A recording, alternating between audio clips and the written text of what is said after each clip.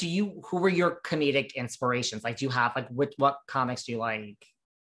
Oh, well, my favorite comics are Kevin Hart, Dave Chappelle, Ali Wong, Angela Johnson, Joe Coy, Ronnie Chen, Jimmy O Yang. So, I mean, I always love watching stand-up comedy because I think that there's an art to it. And I also think that it incorporates storytelling. Like you're not just up there doing like knock knock, who's there?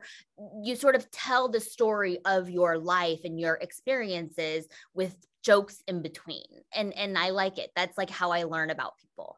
I love how I gave you a list, and you have like a really thought out list. Like that's a long list.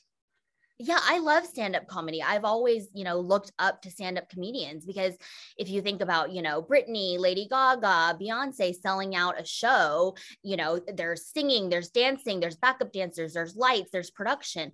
And then you think about these stand-up comedians. Like I went to Kevin Hart in Dallas. He sold out the American Airlines Center. It was him on a stage with a microphone talking for an hour. There was no backup dancers. There was no lights. There was, and I was like, this man is incredible. Like the amount of skill that you have to have and bravery to stand on a stage and sell out an entire arena by talking. Like I was like, that's props. Where does stand-up comedy compare to Housewives and being a doctor in the operating room in terms of difficulty? Like rank those from most difficult to the least difficult, but still very difficult. I would say being a stand-up comedian is funner, but more difficult than being a housewife. And being a doctor is the most difficult of all because, if you fuck up your comedy set, nobody's going to die. That is true. Like, where do you pull, like, what type of, I mean, I'll watch this on YouTube and everyone needs to watch it, but like, where do you pull your material from? Like, yeah, Chelsea Handler, when she started, it was like the white girl wasted humor, like Margaret Cho pulls from like being Asian, like where do you pull from? I pull mostly from my own life experiences as an immigrant, as a sort of odd duck. I also pull a lot from my mother. I've made many TikToks as Asian mom, which, is just things that my mom has said to me when I was little. So most of my comedy just is from like things that have really happened to me. It's not made up. Oh, that makes a lot of sense to me. Do you pull from Housewives at all? Like, does that part of the show? Yeah, in the YouTube video, you'll see I did make one or two Housewives jokes. But really, I don't want to pull too much from it. And there's not really that much more that I can pull from it. It wasn't really that funny.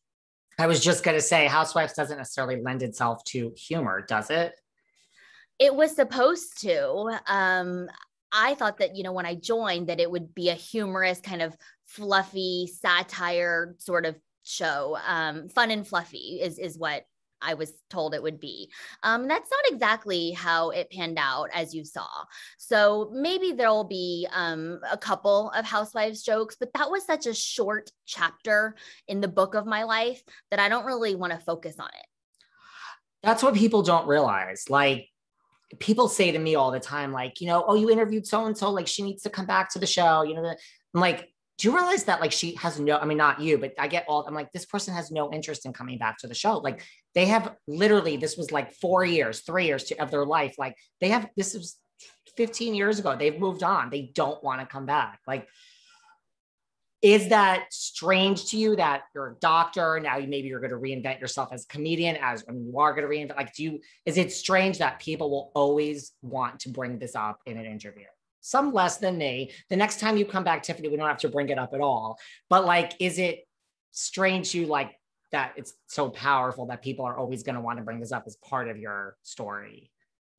No, I mean, I think it's fine and I'm totally fine with it. And I'm actually grateful for the opportunity to discuss some of the content where I feel like maybe the audience didn't understand it fully or they didn't get the full story, which is why they continue to ask questions about it. But it gave me the platform that I have now. It grew my social media. So never ever would I be like annoyed to discuss it because it was a part of my life, a very unique aspect of my life. And I'm just grateful that the fans are still following me and following along in this not career change, but sort of, pivot as I try my hand at stand-up comedy. And I do want to reinvent myself. I never want to be the same person that I was, 5-10 years ago. Like 5 years from now, I hope I'll be doing something else that's different because that's what life is all about, right? It is. So where, like, you have this new show, it's going to go well. So what happens after this? Like, might we see, it's true. Like I said to my team who booked you here today through your team, I was like, no, I'm in LA all the time. And I'm really upset that I can't go to Tiffany's show. Like, I'm just not going to be in LA. I'm like, I'm really would have gone.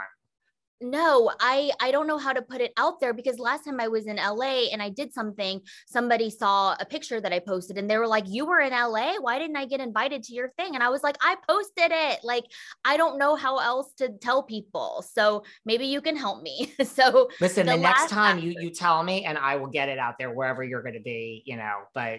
Okay. Well, this is January 24th. I don't know. Is this going to be out before that? It's not, but this little section is like, I'm going to clip it and I'm going to give this part will. Okay. Well, the Laugh Factory Hollywood, which, a lot of the comedians that's major. That I just named, played there, like did a set there. And so I hope there's something special about being on that stage that gives you a little ignition of bravery and funniness. So yeah, I'm gonna do a set at the Laugh Factory Hollywood.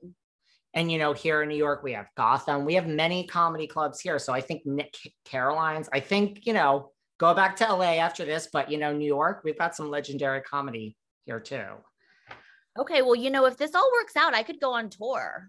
That's what I'm saying. Like, listen, once this is now, then people are going to be like, wait, there's the comedian Tiffany. Like, wait, oh, was she on Housewives in the past? That's what's going to happen. That would be a dream if I was better known for my comedy than for being a housewife. Well, listen, hope. It's your second show. Before we go, I don't know if you watch Orange County Housewives. I don't know if you're watching that. Have you ever seen Heather Dubrow's closet? Like, do you have closet envy when you see Heather Dubrow's closet? She has an amazing closet. I aspire to one day have such a closet with a champagne doorbell like Mrs. Dubrow. How is your closet doing? It's lonely right now because I'm not in there, but it's dead bolted and being watched by security. So all my Birkins and Kellys are just, they have the week off. Between you and Heather, I mean, I've never seen two more clean, organized closets in my life. Like, let's just not even get into the size or all. It's just so organized, your closet, every time I see it. I mean, I really want to meet this Heather person. I'm like, I've never, so many people have talked to me about her and I'm like, I must meet her. We are either going to instantly become besties or hate each other. But I really feel that someone in the universe needs to get Heather and I together. Let me add that to the list. I'm going to add it to your to-do list. I've just given you a whole long list of things to do today. See Tiffany's comedy show, start Married to Medicine Dallas, contact Heather Dubrow, put her in touch with Tiffany. All right, I have 3 things to do. Is there anything else you want to talk about? I really appreciate your time. Thank you for being here. Sorry to ask you so many housewives questions. No, I'm so grateful that you're allowing me the opportunity to, talk about some of my experiences and clear the air on some things. I do need your address again because I have new candle scents.